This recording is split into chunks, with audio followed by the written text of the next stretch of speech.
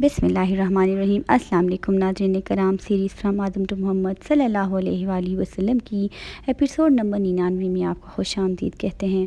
और जैसे कि पता है आपको कि सीरीज़ में उम्महातुल मोमिनीन के बारे में आजकल एपिसोड आ रही हैं, और आज हम जिस अम्मी का ज़िक्र करेंगे है वो उम्मुल मोमिनीन रिमला बिनत अबी सुफियान ज़ौजे रसूल पाक सल्लल्लाहु अलैहि वसल्लम हज़रत उम्मे हबीबा रज़ियल्लाहु ताला अन्हा तुम्हें हबीबा रज़ी अल्लाह ताला अन्हा कुरैश के सरदार हज़रत अबू सुफियान रज़ी अल्लाह ताला अन्हा की साहबजादी और हज़रत अमीर मुआविया रज़ी अल्लाह ताला अन्हा की सगी बहन थी। असल नाम रिमला था, मगर कुनियत उम्मे हबीबा के नाम से मशहूर हुई।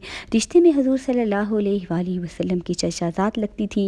इब्तदाई इस्लाम में ईमान लाए, अपने शोहर उबैदुल्लाह बिन हबश के साथ हबशा हिजरत की।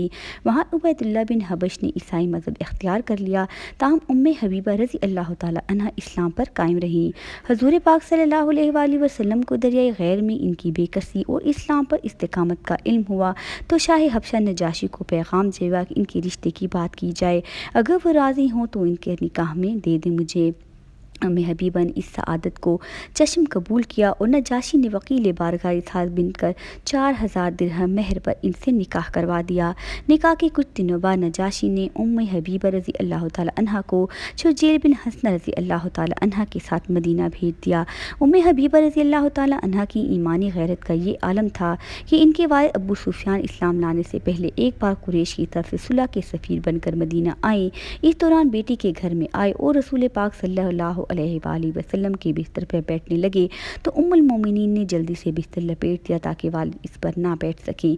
अबू सुफियान हैरान होकर इसकी वजह पूछी तो बोली, ये बिस्तर अल्लाह के रसूल का है और आप नापाक मुशरिक हैं।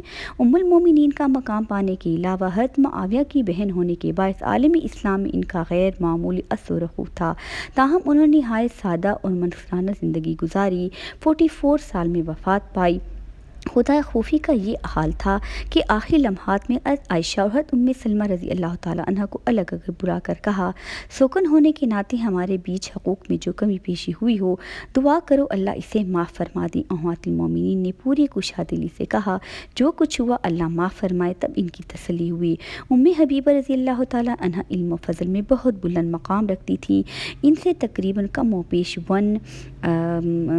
25 या 65 अहादीस मरवी हैं, जो इनकी इल्मी सलाहियत की दलील है। नाज़रीन करीम, उम्मीद करती हूँ कि एक मुख्तसर सा जायज़ा जो हबीबा रज़ी अल्लाह ताला अन्हा के बारे में था आपको पसंद आया होगा।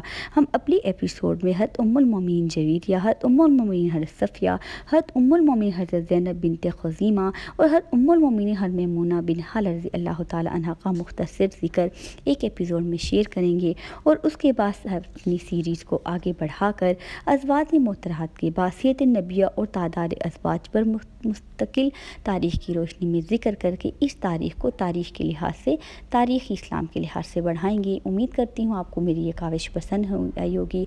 कमेंट बॉक्स में अपनी राय का इजहार ज़रूर कीजिएगा। चैनल को लाइक, शेयर और सब्सक्राइब करना मत भूलिएगा, क्योंकि ये मेरी हौसला अफजाई को बढ़ाता है। जज़ाकुल्लाह, अल्लाह निगहबान।